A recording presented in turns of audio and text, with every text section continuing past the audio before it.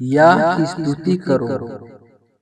क्या ही धन्य है वह पुरुष जो यहोवा का भय मानता है और उसकी आज्ञाओं से अति प्रसन्न रहता है। उसका वंश पृथ्वी पर पराक्रमी होगा, सीधे लोगों की संतान आशीष पाएंगी। उसके घर में धन संपत्ति रहती है और उसका धर्म सदा बना रहेगा। सीधे लोगों के लिए अंधकार के बीच में ज्योति उदय होती है। वह अनुग्रहकारी, दयावंत और धर्मी होता है। जो पुरुष अनुग्रह करता और उधार देता है, उसका कल्याण होता है। वह न्याय में अपने मुकदमे को जीतेगा। वह तो सदा तक अटल रहेगा। धर्मी का स्मरण सदा तक बना रहेगा। वह बुरे समाचार से नहीं डरता। उसका हृदय यहोवा पर भरोसा रखने से स्थिर रहता है। उसका हृदय संभलता हुआ है, इसलिए वह ना डरेगा, वरन अपने शत्रुओं पर दृष्टि करके संतुष्ट होगा। उसने उदारता से दरिद्रों का दान दिया। उसका धर्म सदा बना रहेगा और उसका सींग महिमा के साथ ऊंचा किया जाएगा। दुष्ट इसे देखकर कूड़ेगा, वह दांत पीस पीस कर गल जाएगा। दुष्टों की लालसा पूरी ना होगी। यहोवा की स्तुति करो। हे यहोवा के दासों, स्तुति करो। यहोवा के नाम की स्तुति करो। यहोवा का नाम अब से लेकर सर्वदा तक धन्य कहा जाए। उदय जल से लेकर अस्त जल तक यहोवा का नाम स्तुति के योग्य है। यहोवा सारी जातियों के ऊपर महान है और उसकी महिमा आकाश से भी ऊंची है। हमारे परमेश्वर यहोवा के तुल्य कौन है?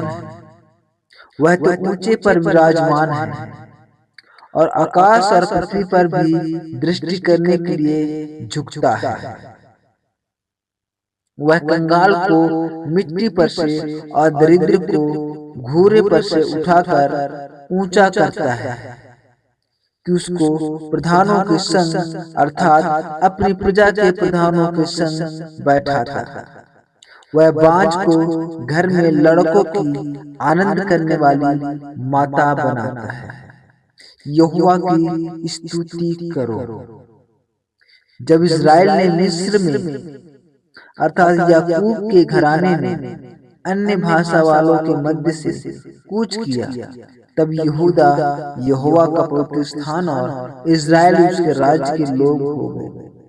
समुद्र देखकर भागा, यरदन नदी उल्टी बही, पहाड़ मेढ़ों के समान उछलने लगा और पहाड़ियां भेड़ बकरियों के बच्चों के समान उछलने लगी। हे समुद्र, तुझे क्या हुआ कि तू भागा?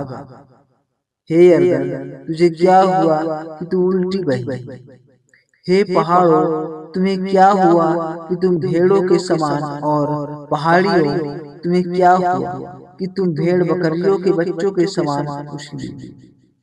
हे पृथ्वी प्रभु के सामने, हाँ याकूब के परमेश्वर के सामने थरथरा। वह चट्टान को जल का ताल, चकमक के पत्थर को जल का सोता बना डालता है। हे यहोवा, हमारे नहीं वरन अपने ही नाम की महिमा, अपनी करुणा और सच्चाई के निमित्त कर। जाति जाति के लोग क्यों कहने पाए, उनका परमेश्वर कहाँ रहा? परमेश्वर हमारा स्वर्ग में है, उसने जो चाहा वही किया। उन लोगों की मूर्तें सोने चांदी की हो तो सकती है, वे मनुष्यों के हाथ की बनाई हुई हैं। उनके मुंह तो रहता है, परंतु वे बोल नहीं सकते। उनकी आंखें तो रहती है, परंतु वे देख नहीं सकते। उनकी आंखों तो रहती है, परंतु देख नहीं सकते। उनके कान तो रहते हैं, परंतु वो सुन नहीं सकते। उनके नाक तो रहती है, परंतु वे सूंघ नहीं सकते।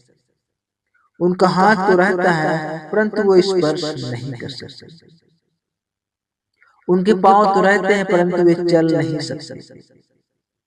वे अपने काठ से कुछ भी शब्द नहीं निकाल सकते। जैसा वे हैं वैसे ही उनके बनाने वाले हैं और उन पर सब भरोसा रखने वाले भी वैसे ही हो जाएंगे। आमीन।